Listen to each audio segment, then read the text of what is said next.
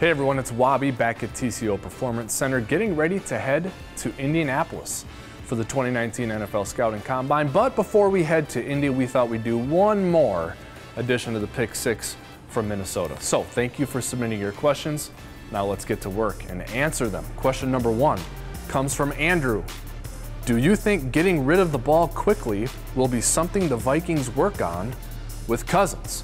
Yes, Andrew, I think that's a good point. You know, lots of talk about the Vikings' offensive line this offseason and trying to get better in that area, and pass protection is certainly a function of the offensive line. But protecting the passer is a job that is not just the offensive lines. It's up to the receivers to get open and the quarterback to get rid of the ball on time. So yes, I do think that'll be something the Vikings offense works on with all the quarterbacks, and it's something Kirk Cousins has been good at in his career, and I think he'll be better at it in 2019.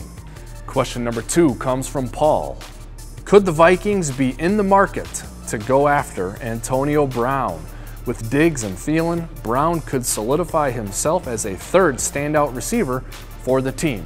Hey, Antonio Brown, he's a really good player, and he may be traded away from the Pittsburgh Steelers. I don't know what's going to happen with that situation, but here's the thing to remember about the way teams conduct business. You have to worry about stuff inside your own house first. So for the Vikings, guys like Anthony Barr and Sheldon Richardson and Anthony Harris, they could become free agents. So the Vikings, Latavius Murray is another example. The Vikings, I expect, will take care of some of their own business before they venture in to the market for other players. But this is an exciting and juicy storyline, so it does bear monitoring.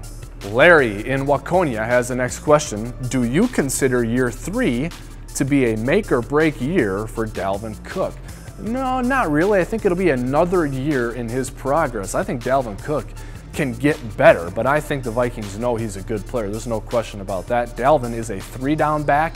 He can help you as a protector, as a receiver, and as a runner. I'm not against pairing him up with another running back like Latavius Murray or someone else in the backfield, but I think Dalvin Cook is the Vikings' workhorse. Our next question comes from Joshua in Minnetonka, Minnesota.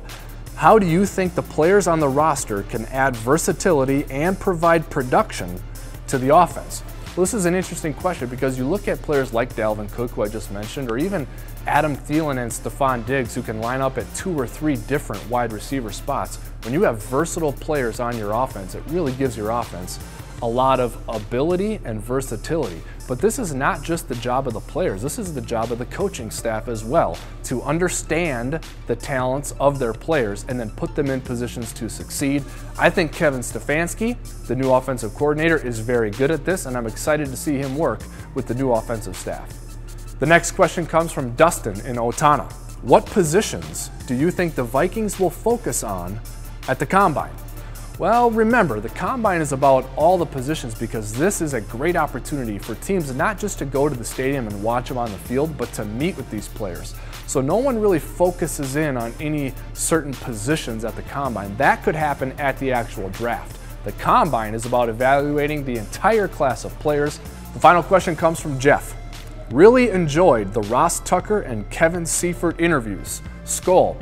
Well, thank you, Jeff. We love doing those expert interviews. We're going to do more of them in Indianapolis at the Combine, so make sure you stay tuned to Vikings.com for coverage of the 2019 NFL Scouting Combine. That's going to do it for this week's edition of the Pick 6. We thank you for joining, and as always, we thank you for writing us your questions. Keep doing it. Send your questions in to the email address at the bottom of the screen, and we'll see you next week.